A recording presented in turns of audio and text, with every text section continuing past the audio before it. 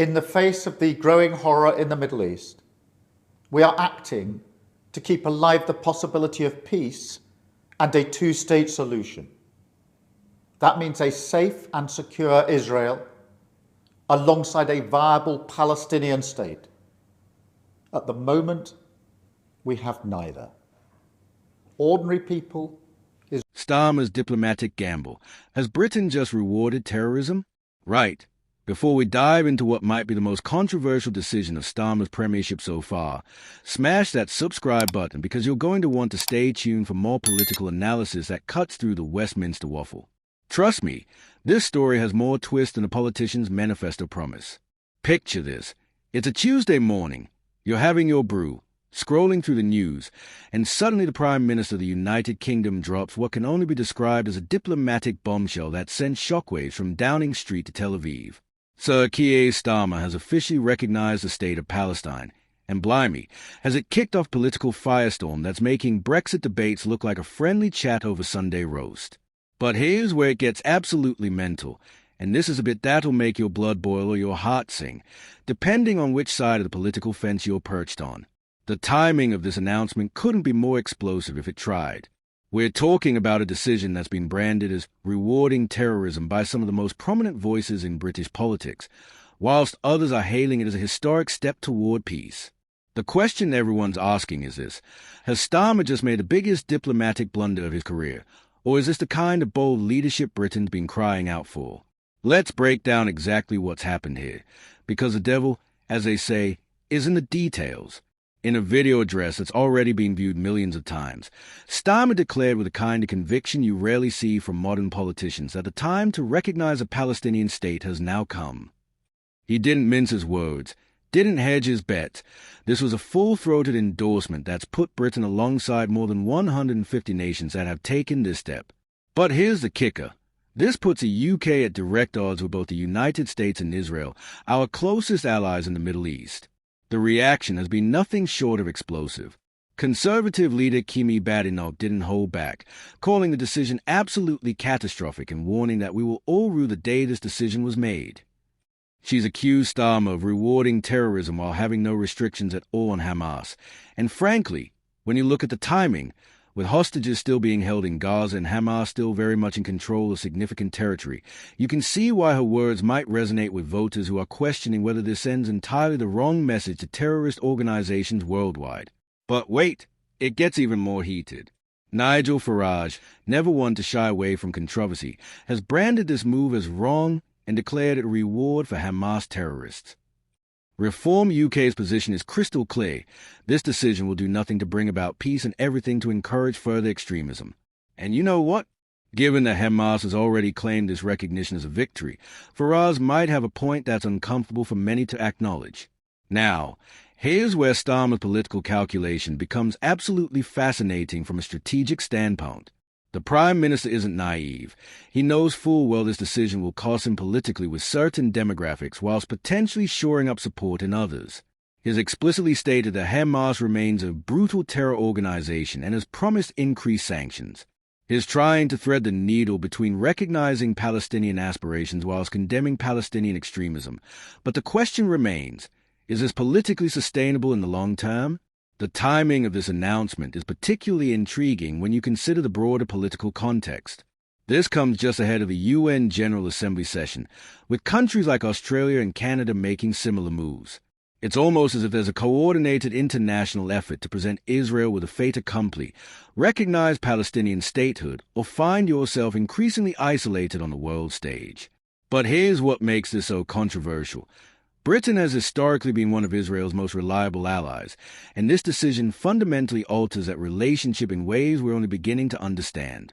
Dame Priti Patel, the shadow foreign secretary, has been particularly scathing in her criticism, arguing that this decision sends a dangerous message to the world that terrorism pays. Her argument is simple but powerful.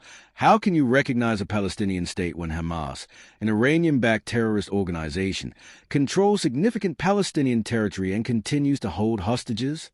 It's a question that cuts to the heart of the moral complexity surrounding this issue, and one that Starmer's government hasn't adequately addressed in their public statements. The Jewish community's response has been equally damning. The Board of Deputies of British Jews has called the decision absurd and simply a reward for terrorism. They've argued that this recognition won't promote a ceasefire, won't secure the release of hostages, and won't end Palestinian suffering in Gaza. Instead, they warn it might actually set back these goals by reducing pressure on Hamas and allowing the organization to claim this recognition as validation of their violent approach. But here's where the political calculation becomes even more complex. The families of hostages taken during the October 7 attacks have issued a heartbreaking plea to Starmer, writing, "Your regrettable announcement of the UK's intention to recognize a Palestinian state has seriously hampered efforts to reunite us with our loved ones. When the very people whose family members are being held captive are begging you not to take this action, it raises serious questions about whether this is the right moral choice, regardless of the geopolitical implications." Yet Starmer's defenders would argue that this is exactly the kind of bold leadership Britain needs on the world stage. They point out that more than 150 nations have already recognized Palestine, that the two-state solution has been official British policy for decades, and that symbolic recognition might actually create the diplomatic space necessary for meaningful negotiations. The Liberal Democrat leader, Sir Ed Davey, has called this a historic day and argued that the government needs to follow through with everything possible to achieve a ceasefire and end the cycle of violence. The international implications of this decision cannot be overstated. With France expected to formally recognize Palestine in the coming days, we're looking at a significant shift in European policy that could fundamentally alter the diplomatic landscape in the Middle East. The United States, which has been notably silent on this development, now finds itself in the awkward position of being increasingly isolated among Western allies in its unwavering support for Israel's position on Palestinian statehood. What makes this decision particularly controversial is the admission by the UK government itself that recognizing a Palestinian state won't actually help alleviate the humanitarian situation in Gaza or aid in releasing the hostages held by Hamas. If your own government admits that the symbolic gesture won't achieve the humanitarian goals everyone claims to care about, then what exactly is the point? Is this genuine diplomacy, or is it political theater designed to appease certain voting blocs whilst appearing statesmanlike on the international stage? The broader question this raises about British foreign policy is absolutely crucial. Are we witnessing a fundamental shift away from the special relationship with the United States and our historical alliance with Israel? Is Starmer betting that Britain's future lies with a more European, more multilateral approach to international relations? The ramifications of getting this calculation wrong could echo through British politics for generations. Here's what's particularly maddening about this entire situation: the complete lack of clarity about what happens next. Starmer has made this grand gesture, but what are the practical implications? How does this affect trade relationships, security cooperation, intelligence sharing? The government has been remarkably vague about the concrete steps that will follow this recognition, which suggests either poor planning or deliberate obfuscation about the true cost of this decision. The Conservative opposition is already sharpening their knives for what promises to be a brutal political battle over this decision. They are framing this as evidence of Labour's weakness on national security, their willingness to appease extremists, and their fundamental misunderstanding of Britain's place in the world.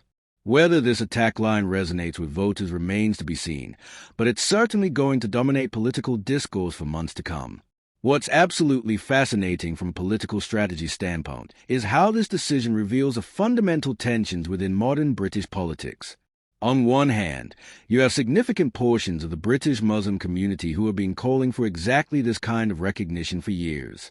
On the other hand, you have the Jewish community, traditional Labour supporters in many constituencies, who feel betrayed and abandoned by this decision.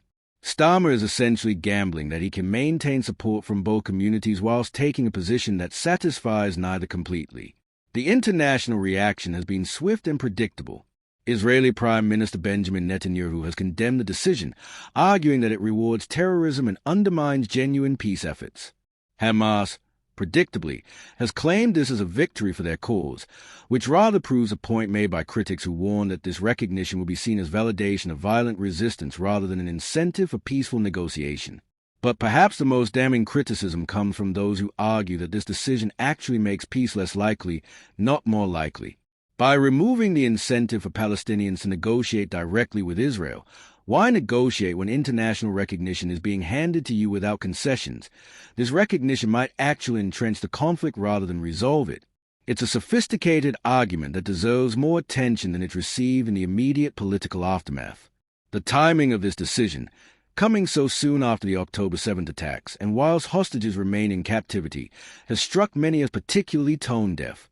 The optics of rewarding Palestinian statehood aspirations whilst Israeli families are still desperately hoping for the return of their loved ones from Hamas captivity is politically toxic in ways that extend far beyond traditional party politics. This decision represents everything that's simultaneously admirable and infuriating about Keir Starmer's leadership style. He is willing to take bold positions that he believes are morally right, regardless of the political cost, but has also demonstrated a keen ear for the emotional and symbolic dimensions of politics that often matter more than policy details in shaping public opinion. The question now is whether this decision will define Starmer's premiership or become a footnote in a much larger story of international relations in the Middle East. The answer depends largely on what happens next, whether this recognition leads to meaningful progress toward peace or simply becomes another symbolic gesture that changes nothing on the ground whilst inflaming tensions at home. What we're witnessing is a prime minister who's decided to stake his reputation on a bold foreign policy gambit that could either cement his legacy as a statesman or destroy his credibility as a leader who understands Britain's place in the world. The jury's still out on which it'll be, but one thing's for certain: this decision has fundamentally altered the political landscape in ways we're only beginning to understand. So there you have it, Starmer's Palestinian recognition decision in all its controversial glory. A move that's been branded as everything from historic statesmanship to terrorist appeasement, depending on your political perspective. The real test won't be the immediate political reaction, but whether this decision actually contributes to peace in the Middle East or simply adds another layer of complexity to an already intractable conflict. Make sure you're subscribed because this story is far from over, and the political fallout is going to be fascinating to watch unfold in the coming months. The game of British politics just got a whole lot more interesting, and you won't want to miss what comes next.